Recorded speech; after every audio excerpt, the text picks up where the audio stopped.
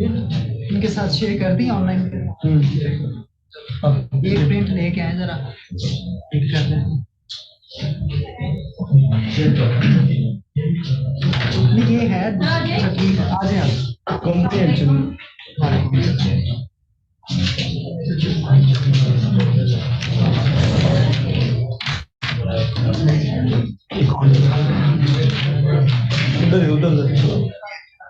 इन्हें बड़े चलो।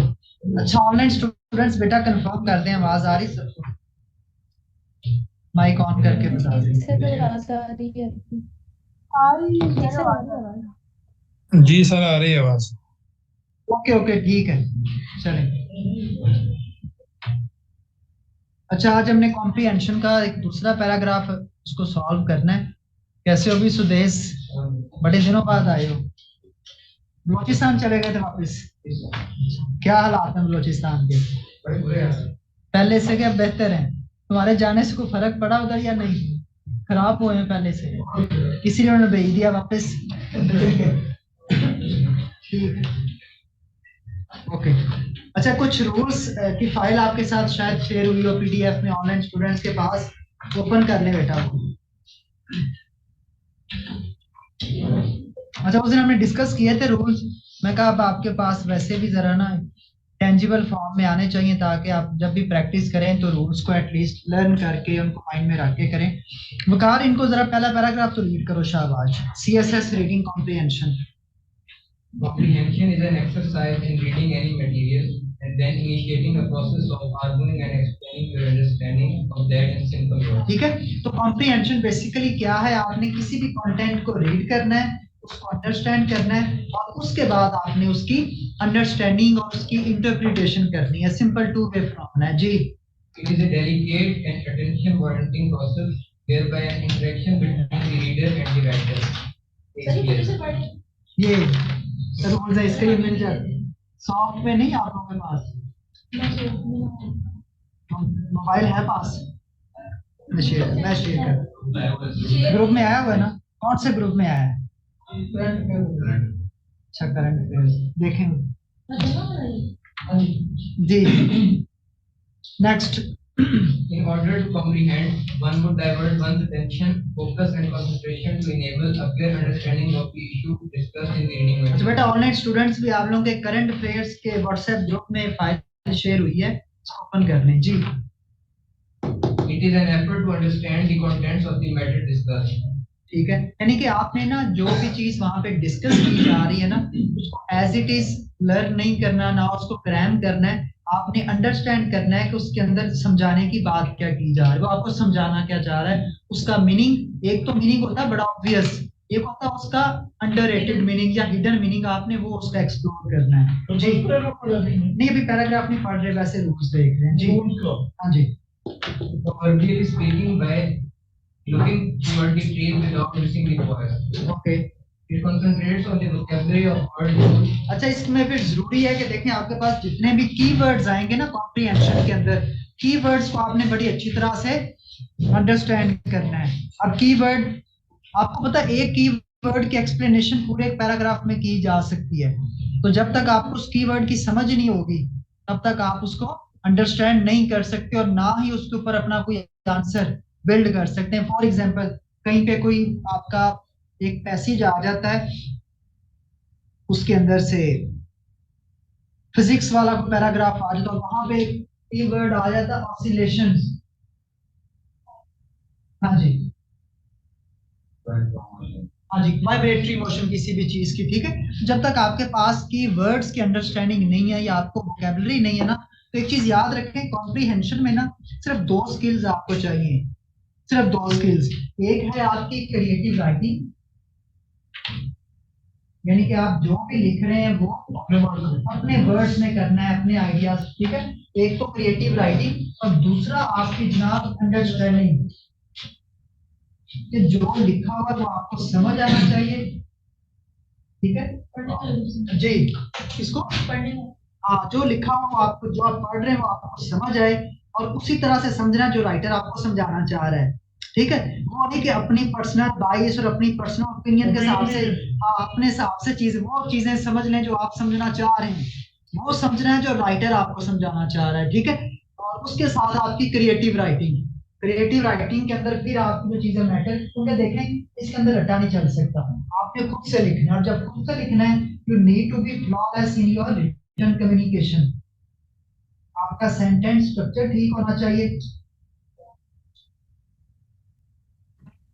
आपका जो सेंटेंस का एक्सप्रेशन है वो बड़ा कॉम्प्रिहेंसिव और बड़ा क्लियर होना चाहिए। इसका आसान सा तरीका ये है जो हमेशा मैं बच्चों को बताता हूँ कि गलतियों से बचने के लिए ना कोशिश किया करें कि अपना जो सेंटेंस है बड़ा शॉर्ट रखें। आपका सेंटेंस जितना शॉर्ट होगा उतना वो क्लियर होगा और उतना ही कॉम्प्रिहेंसिव होगा। बच्चा मार खाता है जब वो जाता है कंपाउंड कॉम्प्लेक्स की तरफ, ठीक है। आप सिंपल कर लें, कॉम्प्लेक्स कर लें, कंपाउंड भी चल जाता है अगर वो सही वाला कंपाउंड हो। लेकिन मसला ये कि हम कंपाउंड कॉम्प्लेक्स में चले जाते हैं। वो बेचारे ने, जो आपका एग्जामिनर है ना, तो यहाँ से पढ़ना शुरू करता है कि कहाँ फिक्रा खत्म होगा, और आप चलते जा रहे हैं चलते जा रहे हैं, तो बेचारा उसकी बात हो जाती है, आपके फिक्रे की बात नहीं होती।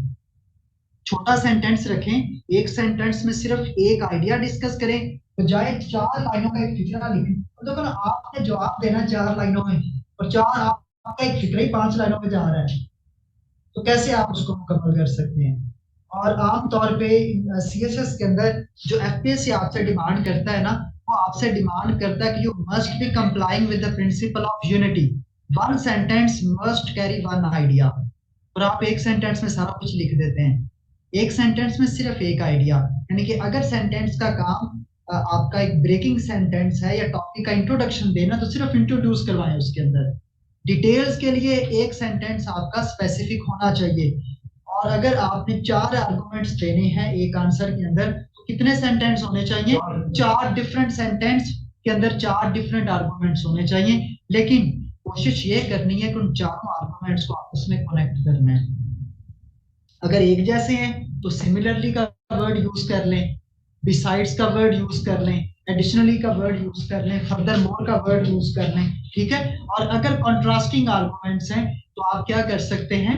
मीन वाइल कर लें, ठीक है, या फिर इन कंट्रास्ट कर लें, कॉन्ट्रैरी कर लें, ठीक है, इस तरह। जी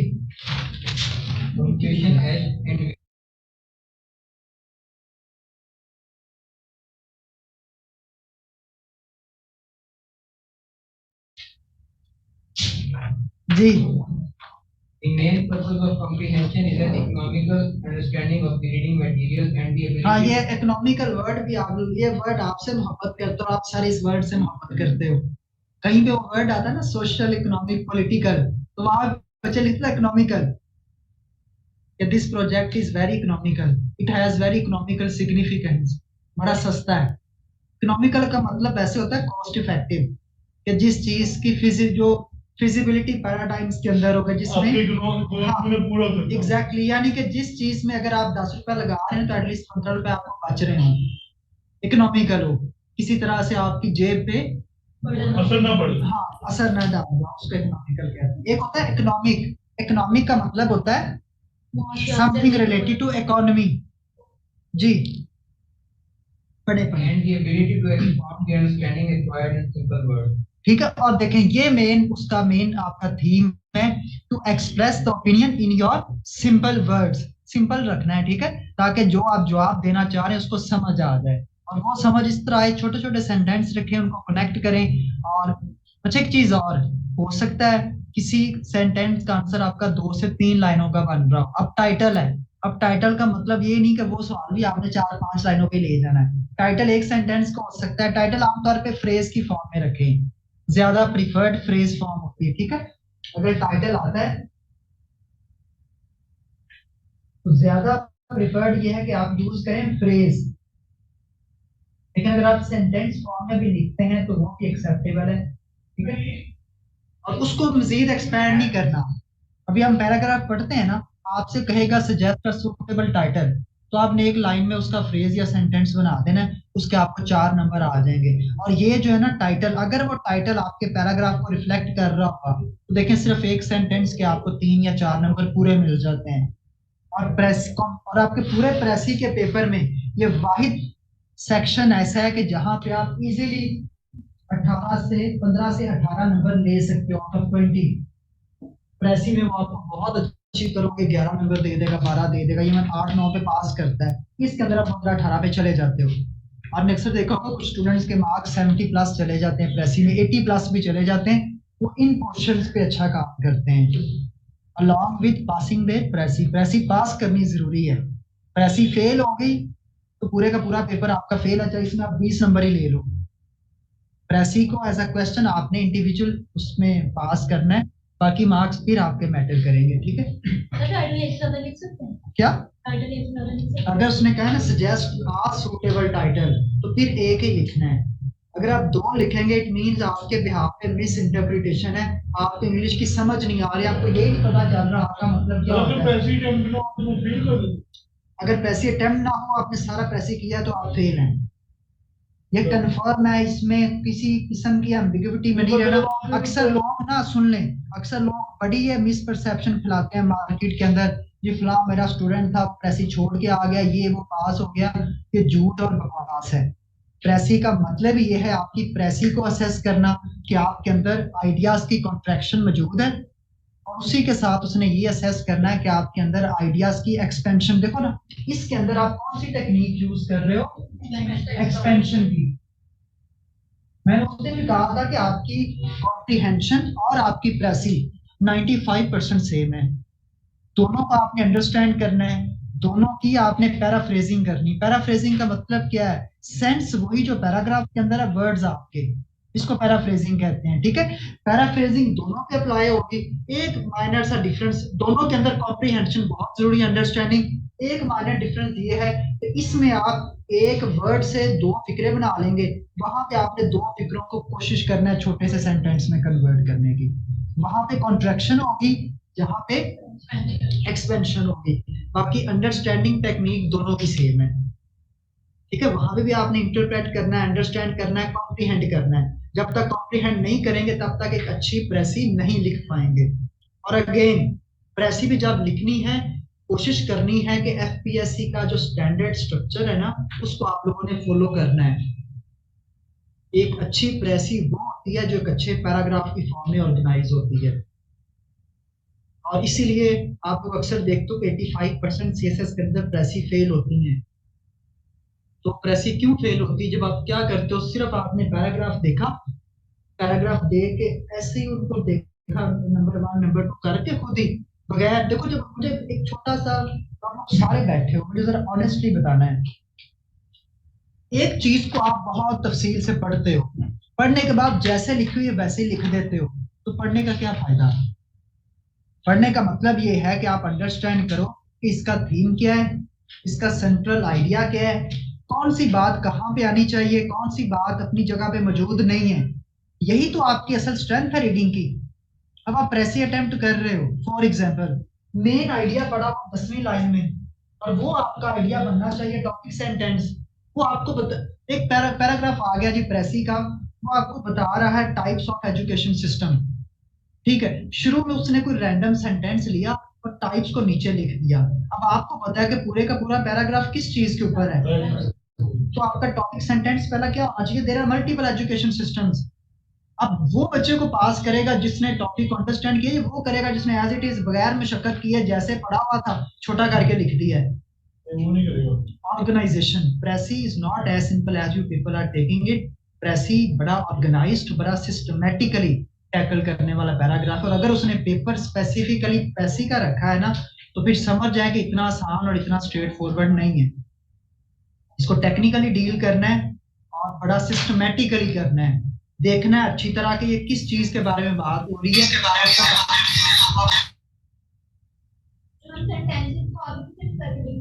ऑर्गेनाइज करना है कनेक्शन के थ्रू, कनेक्ट करना आपस में, ठीक है। सेम यही चीज अंडरस्टैंडिंग कॉम्प्रिहेंशन, ये आपकी कहां पे अप्लाई होगी, आपके कॉम्प्रिहेंशन के अंदर। सर ने बोला था कि जैसे तरतीब है वैसे मैं आपको बता रहा हूँ बेटा, ऑर्गेनाइजेशन ऑफ आइडियाज बहुत जरूरी है, ठीक है। ये सेम दोनों प्रेसी और कॉम्प्रिहेंशन में फर्क सिर्फ एक छोटा सा है कि वहां पे आप टेक्निक यूज करते हो कॉन्ट्रैक्शन, यहाँ पे आप टेक्निक यूज करोगे एक्सपेंशन की, ठीक है। ऑर्गेनाइज दोनों है।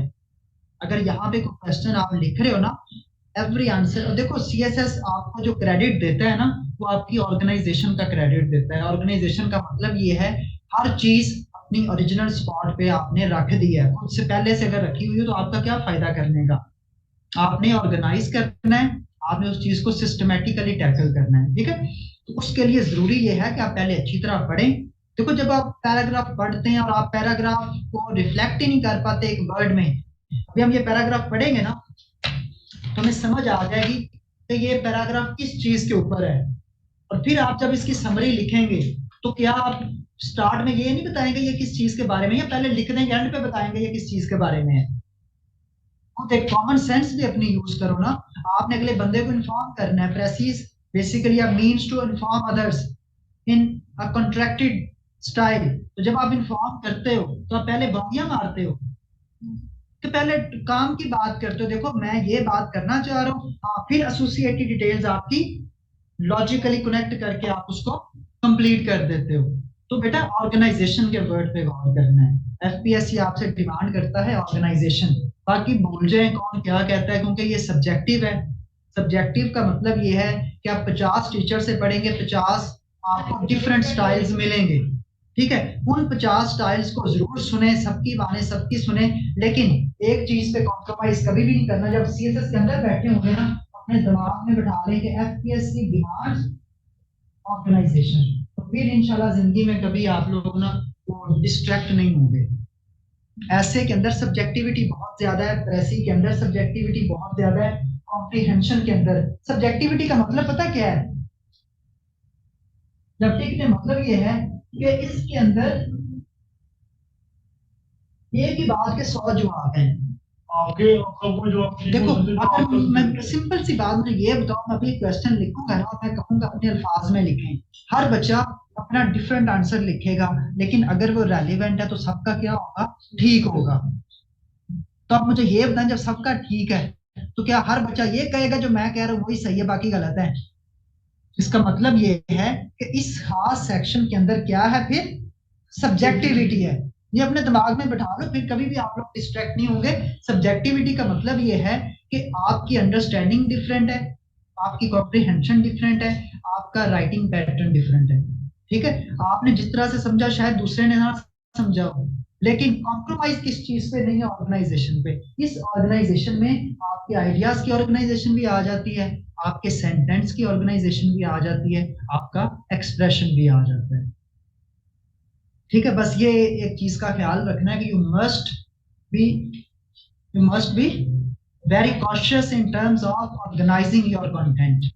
ओके, चलें अब इसको जल्दी से, रूल्स वैसे हमने डिस्कस कर लिए थे, अब इसको जल्दी से, और निमिषा जल्दी से रोल पढ़ो। How to solve comprehension passage in the CSS exams? Number 1, read the passage at least twice and understand its contents well. This should not take more than 5 minutes for a small and 10 ठीक है, for a पहले long आपने ना passage. जिससे उसकी skimming करनी है, जल्दी से उसको रीड करना है, पढ़ने नहीं लग जाना कि आधा घंटा पैराग्राफ ही पढ़ते रहें, टाइम ही ना बचे किसी और चीज के लिए, ठीक है जी। Number 2, do not read the questions first. अच्छा, क्वेश्चंस को आप लोगों ने पहले नहीं पढ़ना। इसकी पता है वजह क्या है? अगर आप लोग अगर आप लोग पहले क्वेश्चन पढ़ लेंगे ना तो आप अपनी थिंकिंग को बड़ा लिमिटेड कर लेंगे। आपकी थिंकिंग उस पूरे पैराग्राफ की डेप्थ में नहीं जाएगी, उन स्पेसिफिक कीवर्ड्स को ढूंढ रही होगी। तो आपको कीवर्ड्स तो मिल जाएंगे लेकिन पूरे पैराग्राफ की सेंस नहीं आपको आएगी।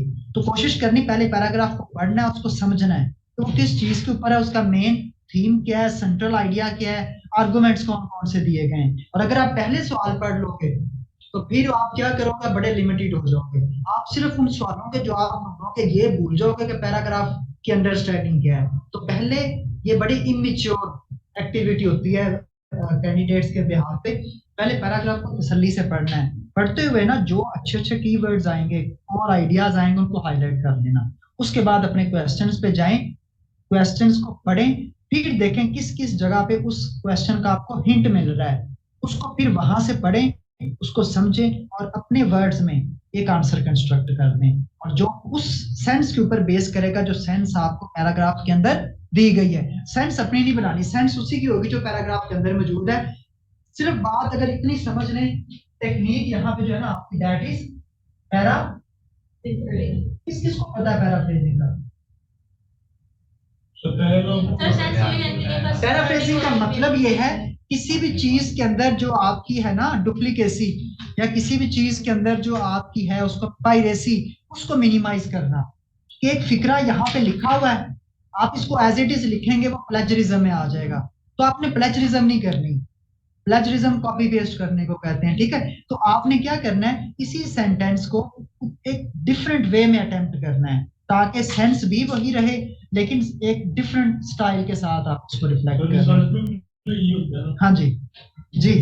Do not read the questions first. This may attempt to look for only particular information in the passage and consequently affect full comprehension. It is important to first understand the passage before you go to the questions, because if the questions are not very specific, you may commit a lot of mistakes. Okay. Generally, the passages have a mix of implied ideas and specific detail type of questions. अच्छा, आमतौर पे ना ये paragraph बड़ा एक ना complicated सा होता है, कोई एक आइडिया नहीं होता, 3-4 आइडियाज के ऊपर डिस्कशन की जाती है। तो जब ज्यादा आइडियाज डिस्कस किए जाते हैं ना, तो इसका मतलब ये है कि फिर आपने हर एक आइडिया को, उसके कॉन्टेक्स्ट को और उसके सपोर्टिव डिटेल्स को इंडिविजुअली पढ़ना है, बजाय कि आप पहले सवाल देखें और फिर स्पेसिफिक हो जाए। आप you need to be very general when you are reading the whole paragraph. जी। Eliminate regression means to say going back to the lines we have just read. This is out of habit developed over years of half-hearted reading. अजान सुनो।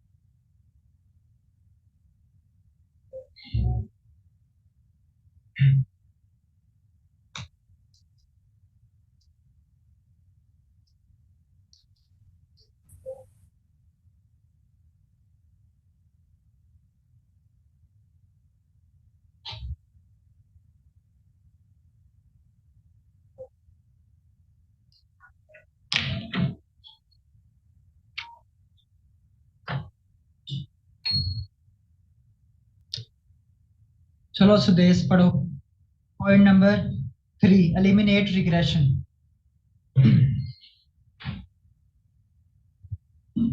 Eliminate regression. This is going back to the lines we have just read. This is out of the habit developed over years of half-hearted reading. This must be done. हाँ, ये हमारा माशाल्लाह एक कौमी रवैया है कि जब पढ़ने लगते हैं ना तो अंदर से आधी लाइन खा जाते हैं, जल्दी जल्दी आगे गुजर जाते हैं। माशाल्लाह अगर 4 लाइनें पढ़ के आए हैं ना तो सिर्फ एक सेंटेंस ही पूरा पढ़ा होता है, 3 लाइनें ऐसी साथ स्किप हो जाती हैं। तो ये नहीं करना कि एक दफा पढ़ा फिर पता ही ना चले ऊपर पढ़ के क्या आए हैं।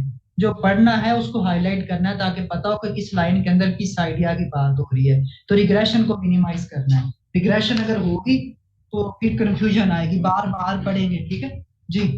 This must be done away with as a maximum.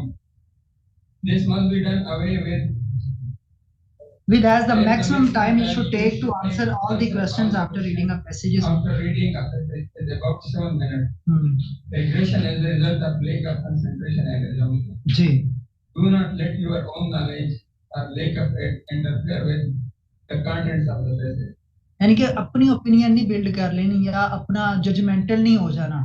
एक चीज के ऊपर थोड़ा बहुत आपको पता है वो कहने लाइए मैं इनका पता छो पर चलो अटेम्प्ट करिए आंसर उसको पढ़ना है। जो वो बात हो सकता है वो जो उसका पॉइंट ऑफ व्यू है वो आपके पॉइंट ऑफ व्यू से डिफरेंट हो।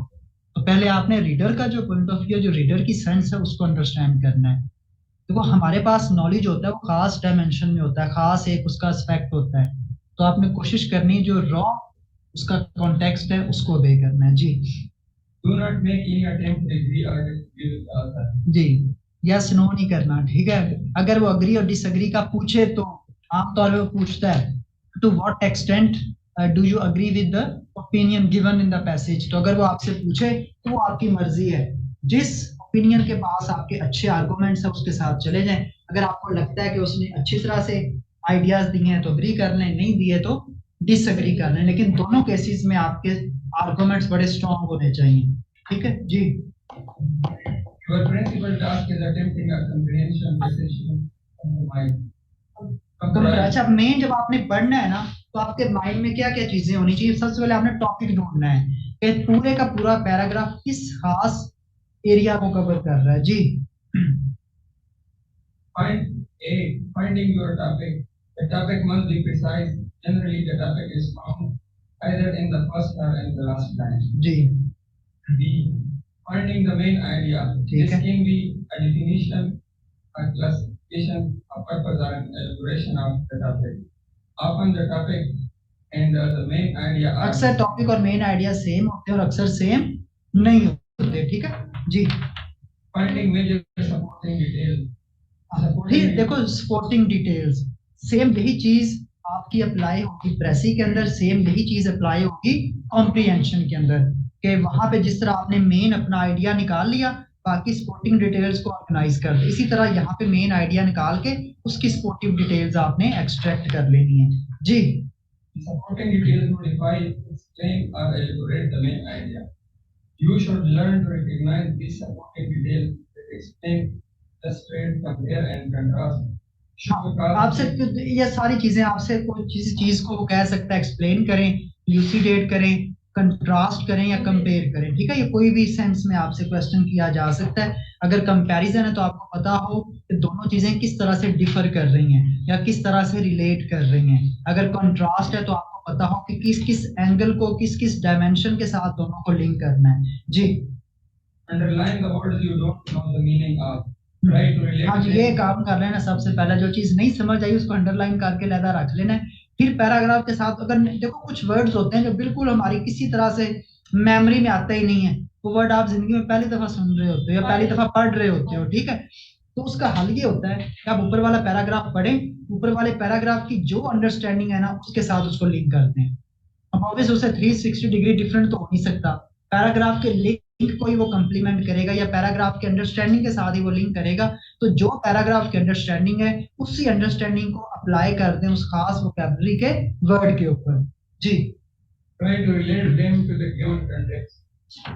Resort to sentence analysis and break a sentence into parts, looking for answer to who, what, whom, when, where, which, why, and how. Okay Locate reference words and check what they refer to. Okay.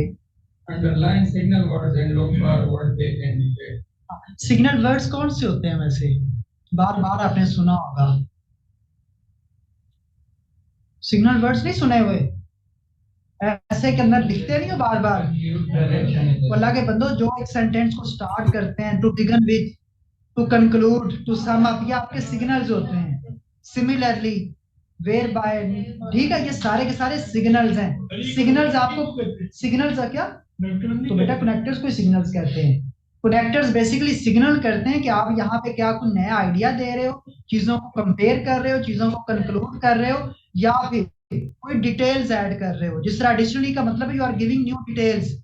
To begin with, आप एक नई बात शुरू कर रहे हो। ठीक है, फर्दर मोर, आपने उसी बात के तसलसल को आगे बढ़ा रहे हो। कॉन्ट्रेरली एक नई बात कर रहे हो लेकिन ऑपोजिट कॉन्टेक्स्ट में, ठीक है। कंट्रास्ट टू, ये सिग्नल्स पे आपने गौर करना है। सिग्नल्स का मतलब ये होगा, आपको समझ आएगी क्या उसी आइडिया को वो सस्टेन कर रहा है या नई बात आ गई है। जी, if the passage contains more than one paragraph, तो फिर ऊपर वाली सारी चीजें आपने रिपीट करनी, जैसा कि आपने 5 to 10 देखी हैं, ठीक है। एक एक पैराग्राफ की अंडरस्टैंडिंग और एक एक पैराग्राफ के कॉन्टेक्स्ट को एक्सप्लेन करके, क्लियर करके, फिर उसके अकॉर्डिंग आपने उसको अटेम्प्ट करना है। चलिए, अब हमारे पे ये है 2023 का पैराग्राफ जो इस साल आया था, और इसको भी हम अटेम्प्ट करते हैं, ठीक है बेटा। उसके बाद ना मेरा लेक्चर एक और भी है, तो नमाज ब्रेक टाइम क्या हुआ है, अब कटी पढ़ लेना। चलें, इसको ना कोई एक एक सेंटेंस वाइज पढ़ेंगे, उसके अंडरस्टैंडिंग साथ साथ क्लियर करते हैं, और उसको साथ साथ आप लोग लिखते जाएं, ठीक है। बाद में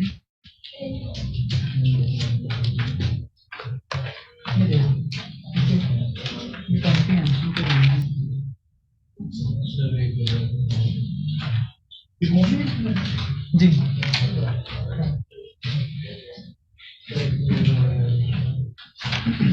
चलें जी, इससे आपको एक तो ये समझ आ जाएगी कि आपका जो लेटेस्ट सीएसएस का एग्जामिनेशन है उसमें किस किस्म के पैराग्राफ्स आ रहे हैं, उनका डिफिकल्टी लेवल क्या है और उनकी डोमेन क्या है। क्या वो सोशल साइंसेज में से दे रहा है, ह्यूमैनिटेरियन साइंसेज में से दे रहा है, या सिंपल साइंसेज के अंदर वो जा रहा है, ठीक है। चलें, इसको वकार पहला सेंटेंस रीड करो।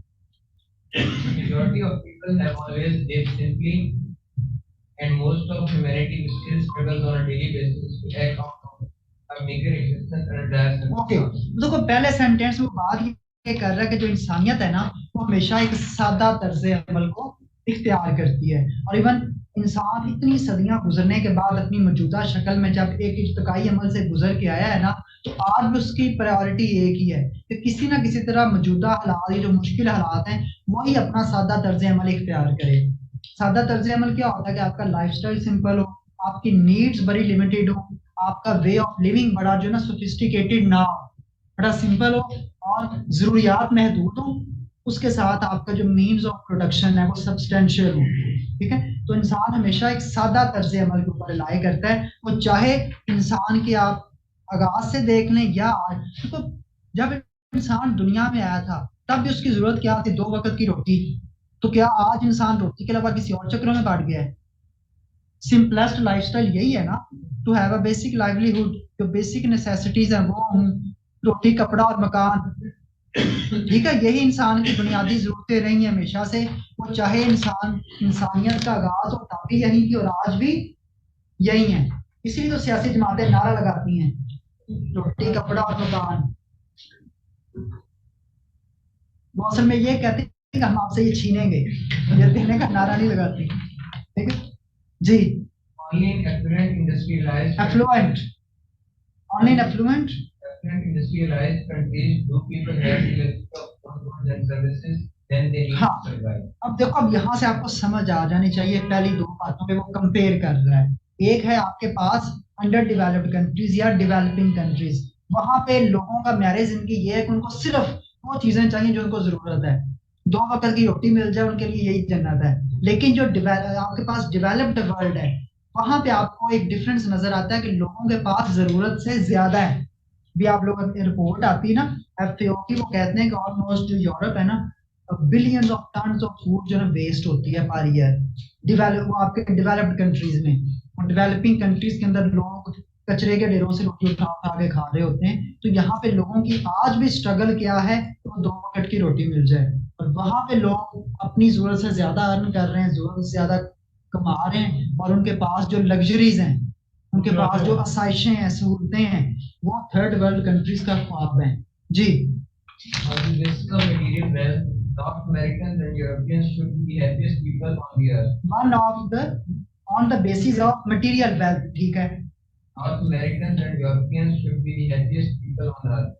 ओके, वो कहता है कि अगर देखो, अगर इंसान की खुशी का इन्हसार, अगर इंसान की खुशी को हमने इसी क्राइटेरिया पे जज करना है ना, उसके पास कितनी दुनियावी आसाइशें मौजूद हैं, गाड़ियां, बंगले और इस तरह की चीजें मौजूद हैं। अगर यही चीज खुशी की बुनियाद है तो फिर क्या होना चाहिए था? जो वर्ल्ड हैप्पीनेस इंडेक्स है उसमें सबसे ज्यादा खुशी इन्हीं ममालिक में होनी चाहिए थी, लेकिन क्या हुआ?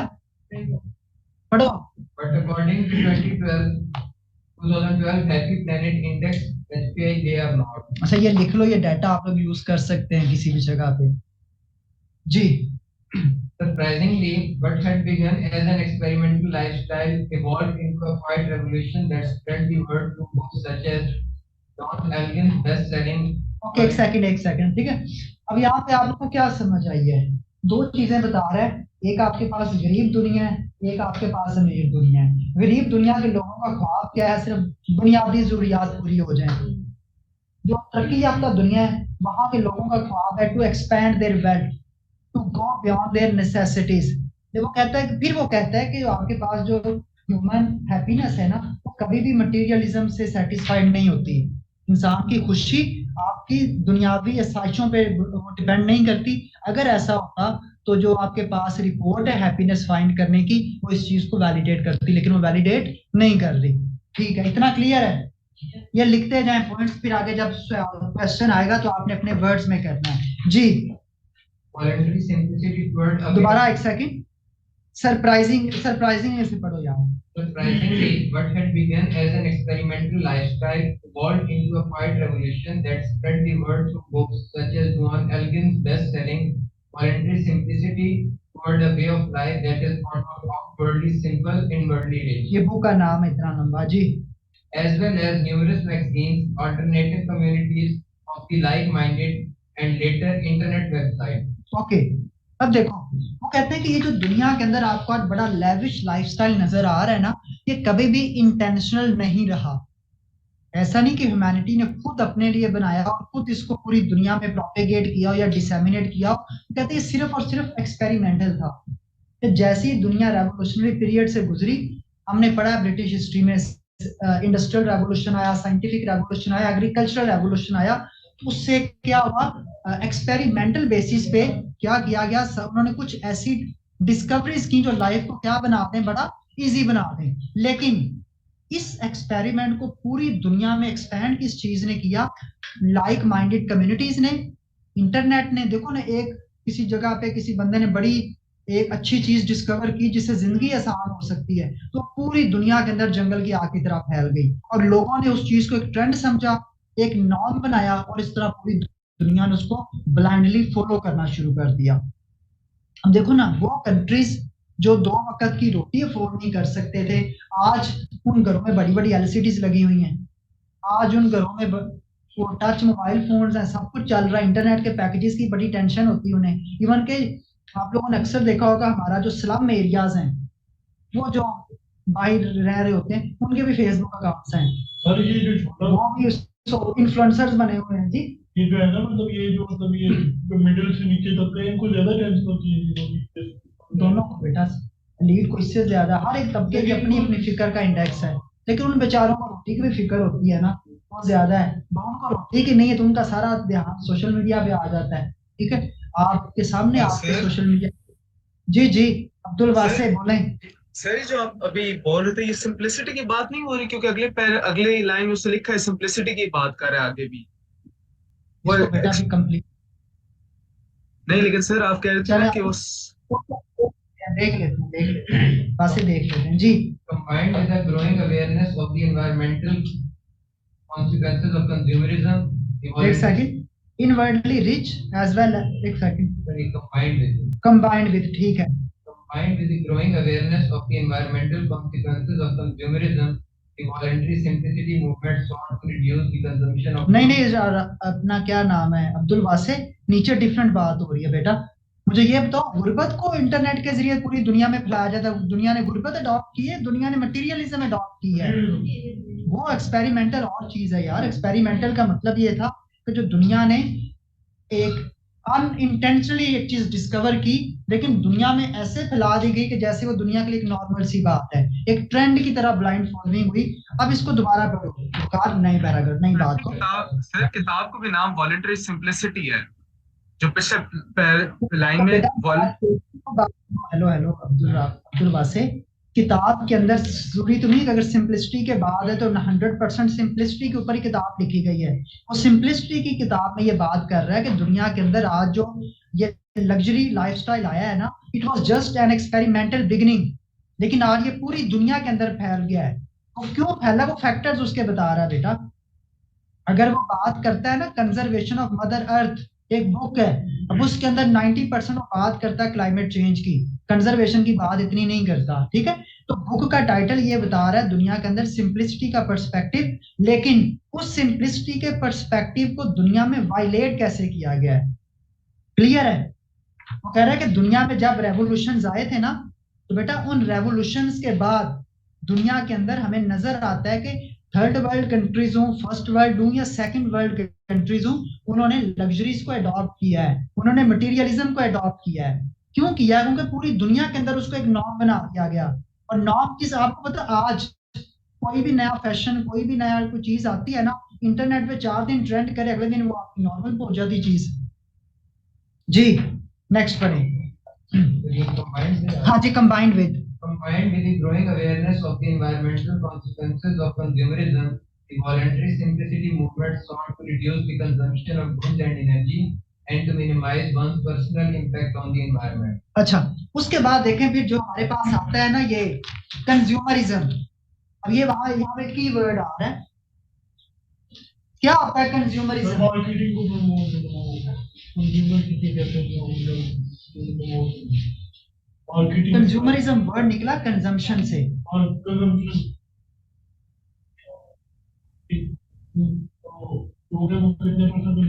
कंज्यूमरिज्म बेसिकली रिलेट करता है अनसस्टेनेबल प्रैक्टिस के इन्वायरमेंट जो है ना उसको इस तरह से यूटिलाइज करें कि आप उसकी सस्टेनेबिलिटी को खत्म कर दें, उसके अंदर से खुद को रिकवर करने की एबिलिटी आप खत्म करते हैं, जिस तरह आज दुनिया ने किया है, ठीक है। यानी कि आप अगर नेचुरल रिसोर्सेज हैं उनकी इतनी रथलेस एक्सट्रैक्शन करें, इतनी रथलेस डिस्ट्रक्शन करें कि क्लाइमेट अपने आप को सस्टेन ना कर सके, ठीक है।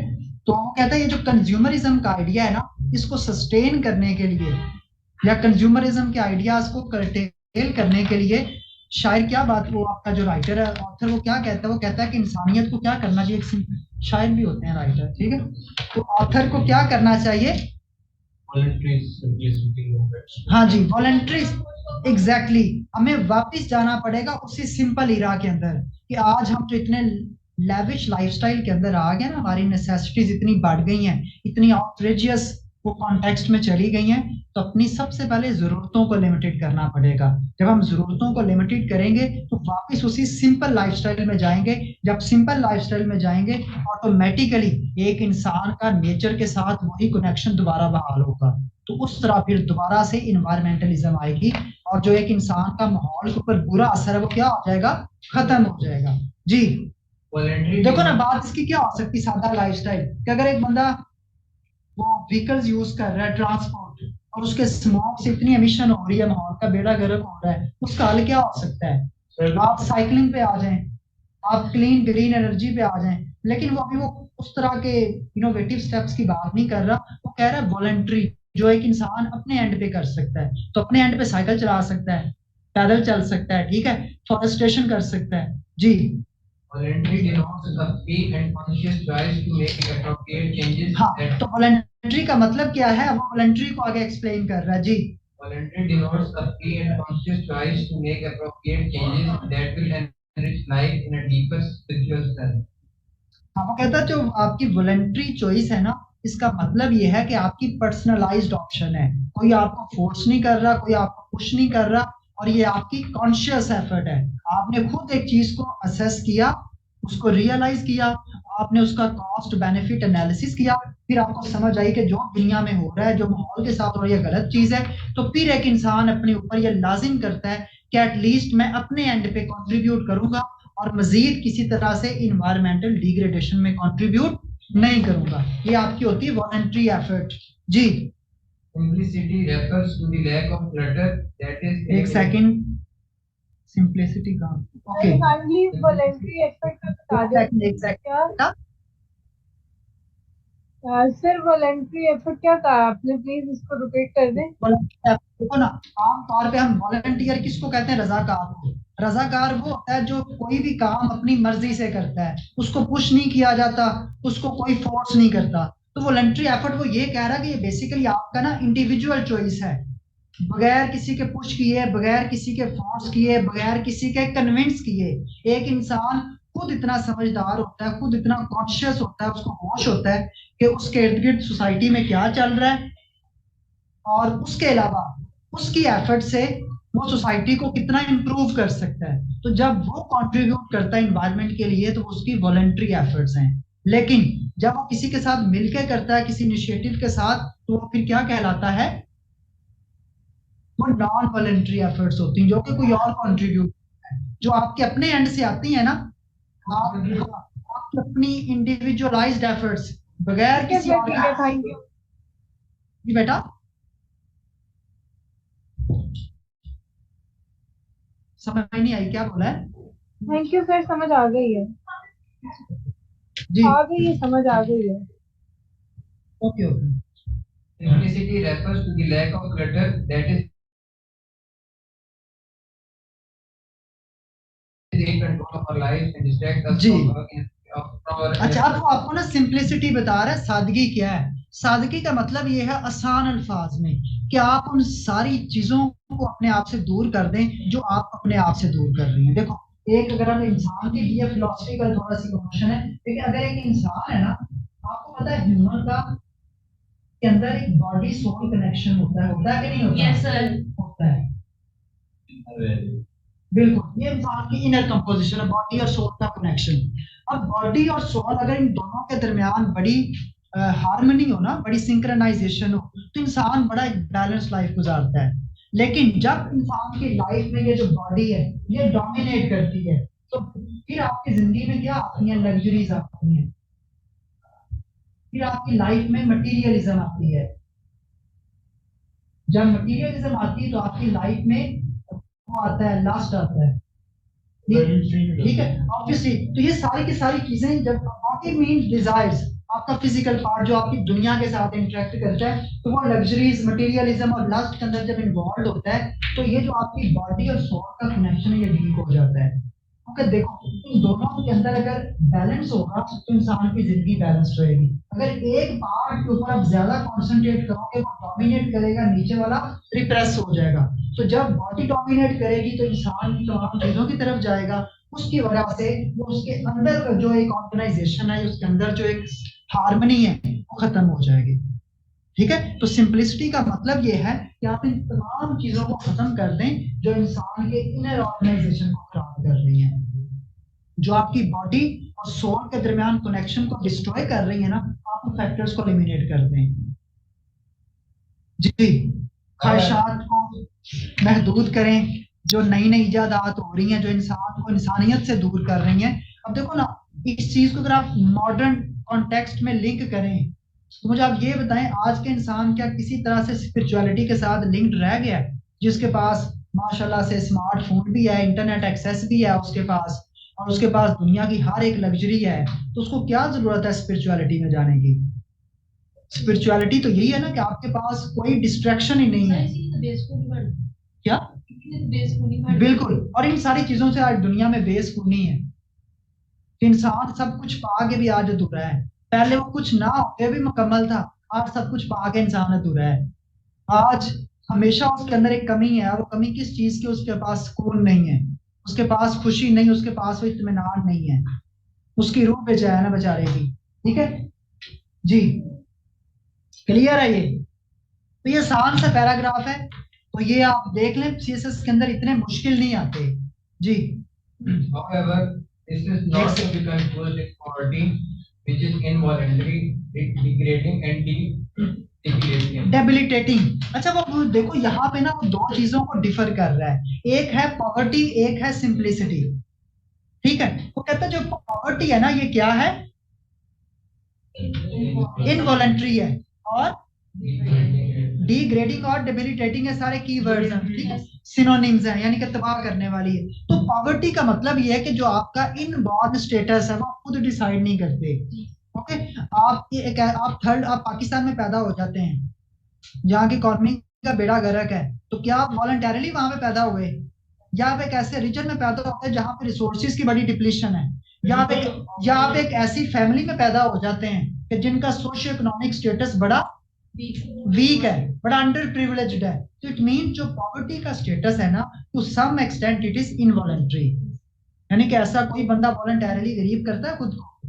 गुर्बत का मतलब देखो एक दो चीजें हैं यार। गुर्बत का क्राइटेरिया ये कहता है टू हैव यानी कि inaccessibility to basic needs of life. आपके पास खाना नहीं है, आपके पास पीना नहीं है, आपके पास पहनने को कपड़े नहीं है। अगर ये चीजें नहीं हैं तो आप गरीब हैं।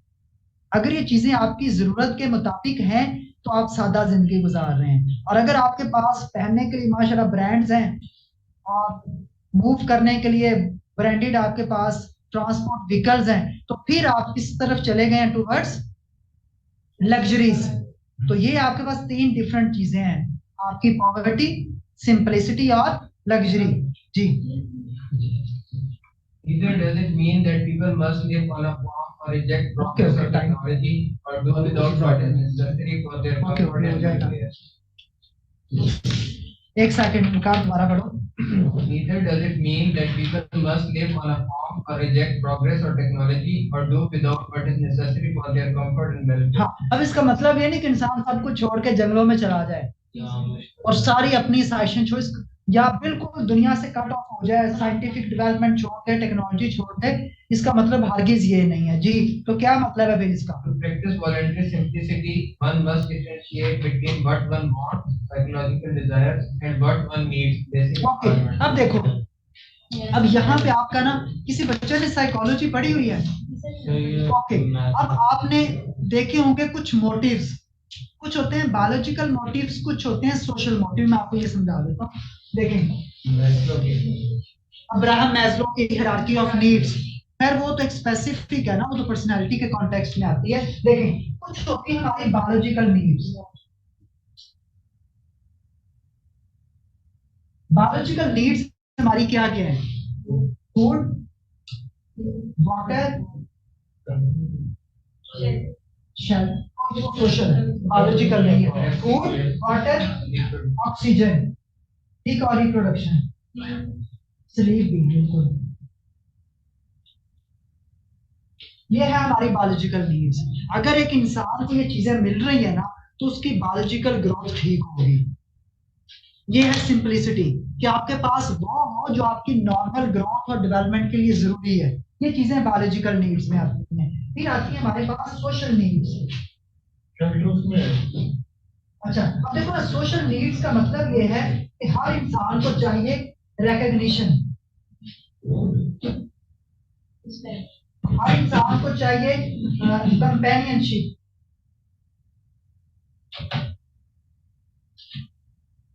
हर इंसान को चाहिए सोशल बॉन्डिंग, हर इंसान को, कुछ लोगों को फेम चाहिए होती है, ठीक है, स्टेटस वगैरह सब कुछ इसके अंदर। ये आपकी सोशल नीड्स हैं, ठीक है। अब ये फेम का, सॉरी, बल्कि फेम को निकाल दें तो लग्जरी में चला जाएगा। रिस्पेक्ट कर लें।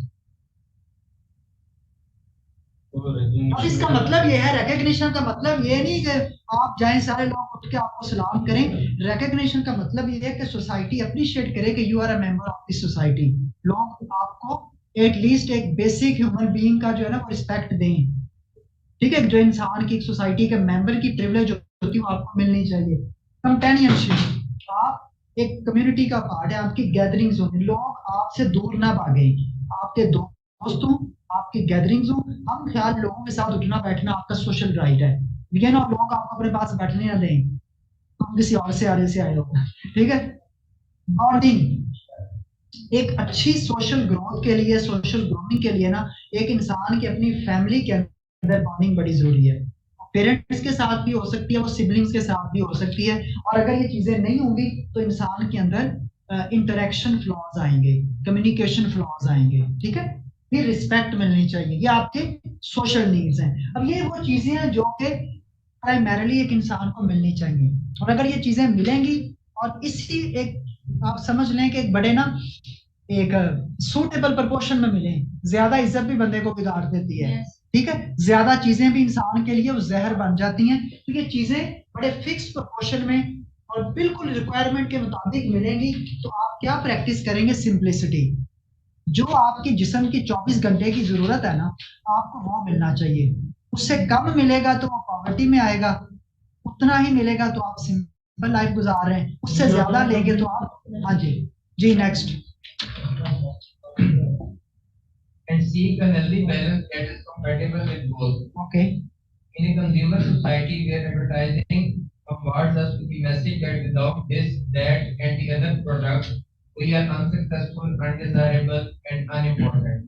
Being clear on what you really need and resisting what you don't can be an ongoing struggle. अच्छा, अब देखो आजकल एडवर्टाइजमेंट में क्या हो रहा है, मैंने पहले वही बात बताई थी कि आज सोशल मीडिया का दौर है। आपकी एडवर्टाइजमेंट इतनी इफेक्टिव हो गई है कि इसको लिंक कर दिया गया है आर्टिफिशियल इंटेलिजेंस के साथ। हम अभी यहाँ पे कोई बात करेंगे, मोबाइल खोलेंगे, वही चीज सामने आ जाती है। ठीक है, वो क्यों आती है? क्योंकि उसने क्या किया है, हमारे जितने भी आपके ये डिजिटल सेंसर्स है ना, वो आपकी कम्युनिकेशन को रिकॉर्ड करते हैं। आप कोई चीज सर्च करते हो, उसके अकॉर्डिंगली आपकी जो है ना सर्च हिस्ट्री वो क्या हो जाती है, पर्सनलाइज हो जाती है, मॉडिफाई हो जाती है। तो वो क्या करता है, चीजों को इस फॉर्म में एडवर्टाइज करता है, इंसान को लगता है मैं इसके बगैर अधूरा हूँ। जितनी भी दुनिया में डिस्कवरीज हो रही है ना, उसको इस तरह से एडवर्टाइज करते हैं कि उसको इंसान के वजूद के साथ लिंक करते हैं, इंसान की जरूरत बनाते हैं। क्योंकि इंसान वही चीज एट द एंड अडॉप्ट करता है जो उसकी जरूरत है। तो ये बताएं, मोबाइल फोन्स आज से 20 साल पहले कीपैड फोन से दुनिया का निजाम बेहतरीन चल रहा था, और कनेक्टिविटी भी ठीक थी, कम्युनिकेशन भी ठीक थी। स्मार्टफोन्स आए हैं और आज वो फोन जैसे लगता है कि वो बेकार हो गए हैं। ठीक है, आगे चल के कोई और टेक्नोलॉजी आएगी तो आपकी ये वाली टेक्नोलॉजी जो बड़ी एब्सोल्यूट हो जाएगी। तो जितनी भी लेटेस्ट डेवलपमेंट्स हैं उनको ह्यूमन लाइफ के साथ कनेक्ट करने के लिए, उसका पार्ट बनाने के लिए एडवर्टाइजमेंट बड़ी जो है ना इन्फ्लुएंसिव की जाती, बड़ी इन्फ्लुएंशियल। उस चीज को इस तरह से पोर्ट्रे किया जाता है कि अगर ये नहीं है तो जिंदगी नामुकम्मल है, जिंदगी अधूरी है। जी, Beauty of voluntary simplicity is that it is a मुझे ये नहीं समझ आती, जिस तरह टिकटॉक का कल्चर चल रहा है और जिस तरह इसको पोर्ट्रे किया जा रहा है, और जिस तरह टिकटॉक के लोगों को सोशल मीडिया के ऊपर रिकॉग्नाइज किया जा रहा है, हो सकता है ये हमारी सोसाइटी में नॉर्म बन जाए कि बच्चे पैदा हों तो उनको 4 महीने का कोर्स कराएं टिकटॉक का, चलो बेटा ये जरूरी है जिंदगी के लिए। ये नहीं करोगे तो फिर क्या, या फिर टीचर्स जाते साथ पूछे बेटा टिकटॉक अकाउंट बनाए अपना, पहले ही वो जरूरी है ताकि आपकी सोशल ग्रूमिंग हो। तो चीजों को इस तरह से रिफ्लेक्ट किया जाता है कि वो सोसाइटी के लिए नॉर्मल कंसीडर होने लगती हैं। जी, The beauty of voluntary simplicity is that it is a philosophy and not a dogma. एक second. The beauty of voluntary simplicity is that it is a philosophy not a dogma. Dogma का मतलब है anything that is inspired from your surrounding, that is inspired by an artificial thing, जो आप construct करते हो। Simplicity constructed नहीं है। Simplicity क्या है, ये फिलोसफिकल है, ये कुछ प्रिंसिपल्स के ऊपर बेस करती है। वो प्रिंसिपल्स क्या हैं? To have what you need and to remove what you do not need. जो जरूरत नहीं है उसको हटा दें, जो जरूरत है वो रख लें। जरूरत से ज्यादा आपके पास नहीं होना, ये सिंप्लिसिटी है। जी, How one goes about it depends on individual character, cultural background, and climate. एक second. How one goes about it depends on it. हाँ, इंसान का कैरेक्टर, उसका कल्चर और उसकी जो है ना क्लाइमेट, वो डिसाइड करते हैं कि इंसान की जो सिंप्लिसिटी का कैरेक्टर है वो कैसा होगा। जी, For this, 3R, that is reduce, recycle, and हाँ 3R ये आपके इन्वायरमेंटल साइंसेज में भी अप्लाई होते हैं। 3R formula, 3R formula basically ना कंजर्वेशन ऑफ नेचुरल रिसोर्सेज के अंदर आता है। रिसाइकल करें, रीयूज करें और रिड्यूस करें। तो चीजों के इस्तेमाल को कम कर दें, जो चीजें बार बार इस्तेमाल हो सकती हैं उनको बार बार इस्तेमाल करें और उनको रिसाइकल करें। जी, use, recycle, and reuse represent the best way to get a handle on rampant consumerism. हाँ, तो अगर आपने कंज्यूमरिज्म को कंट्रोल करना है तो आप 3R फॉर्मूले पर रिलाई करें। चीजों को कम इस्तेमाल करें, बार बार इस्तेमाल हो सकती तो बार बार करें, उनको रिसाइकल, एक फॉर्म से दूसरी फॉर्म में कन्वर्ट करें ताकि वो मल्टीपल टाइम्स में यूज हो सके। जी, In economies driven by the quest for ever more, living with less is erroneously equated with poverty and social inferiority. By conserving energy, for instance, you are actually ensuring that more resources are available for future use. Okay, By making a frugal budget and frugal कहते हैं बड़ा जो careful होता है, बड़ा economical budget होता है। किफायत शुमारी को वैसे फ्रूगल कहते हैं, ठीक है जी। by making a frugal budget and sticking to it, you can eliminate unnecessary expenses. Unnecessary expenses, ठीक है। Recycling paper, metal, plastic, glass, and reusing building materials and old clothing. अच्छा ये देखें, अब वो कुछ चीजें बता रहा है सोशल एबनॉर्मेलिटीज की। कहता है जिन ममालिक के अंदर तरक्की का म्यार ये हो कि आपके पास ज्यादा से ज्यादा होना चाहिए, तो जिन लोगों के पास बुनियादी जरूरतें भी होती है ना, उनको भी एबनॉर्मल कंसीडर किया जाता है। और ये आज हमारी सोसाइटीज पे अप्लाई हो रहा है, ठीक है। घरों में माशाल्लाह सब कुछ है, लेकिन अगर थोड़ा वो कहते हैं आप तो गरीब हैं, बस एक गाड़ी है घर में, बस एक फ्रिज है, ठीक है। यानी कि बेसिक नीड्स हैं भी तो बंदे को बड़ा एबनॉर्मल समझा जाता है जब तक वो अपनी लीड के क्राइटेरिया के मुताबिक कंपैरेटिव स्टेटस अचीव नहीं करता। दूसरा वो ये कहते हैं जनाब आपको इन्वायरमेंट के साथ एक बैलेंस मेंटेन करना है।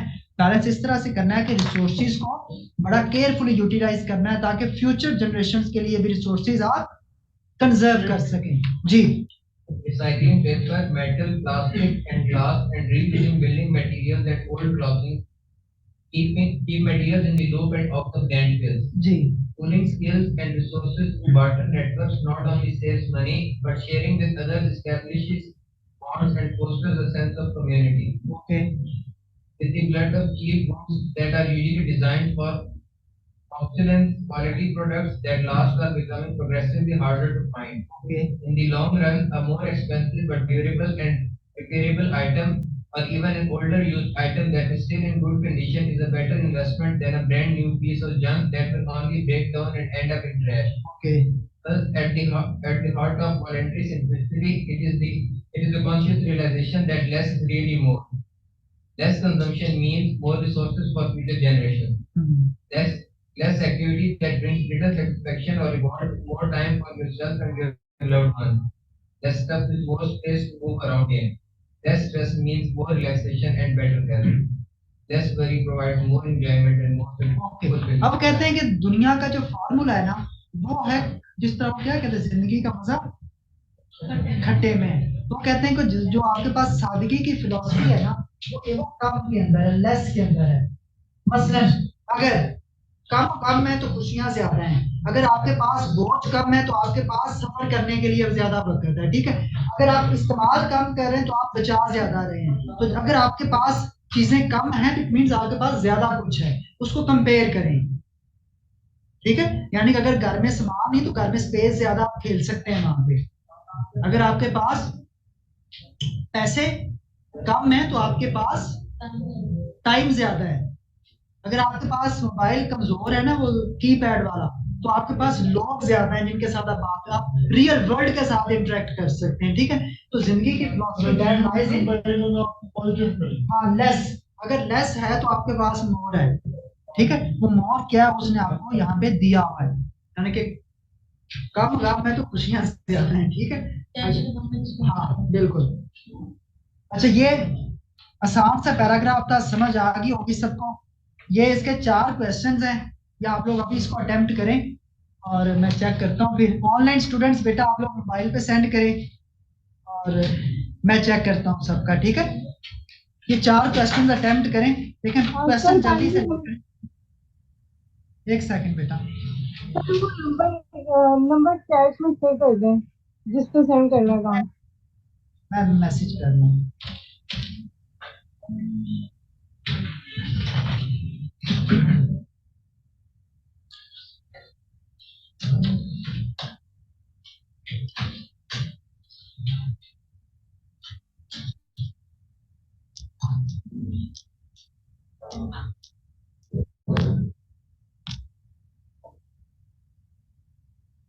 मैसेज कर दिया और यहाँ पे आप लोग अपने सेंड करें। और मेन आइडिया समझ आ गया ना। अब इसको देखो कितने टॉपिक्स बन सकते हैं। आप लिख लो द फिलॉसफी ऑफ सिंप्लिसिटी, या फिर आप कर लो sustainable consumption of resources, conservation of natural atmosphere या कंजर्वेशन ऑफ क्लाइमेट, ठीक है। या फिर the current materialistic world and its side effects या इट्स ड्रॉबैक्स, ठीक है। बड़े कंज्यूमरिज्म बड़ा लिमिटेड वे में टच हुआ है, मेन उससे बहुत ब्रॉड का ये एक डायमेंशन है कंज्यूमरिज्म, ठीक है। या आप ये लिख दें, the future of sustainable world lies in negation of consumerism, ठीक है। तो आपको अब समझ आ कि इसके कोर आइडियाज की भी, मेन थीम की भी, इसके क्वेश्चंस को अटेम्प्ट करें, मैं चेक करता हूँ और कोशिश करें 4 से 5 लाइन का एक आंसर लिखें, अपने वर्ड्स में लिखना है, ये छापा नहीं मारना है, ठीक है।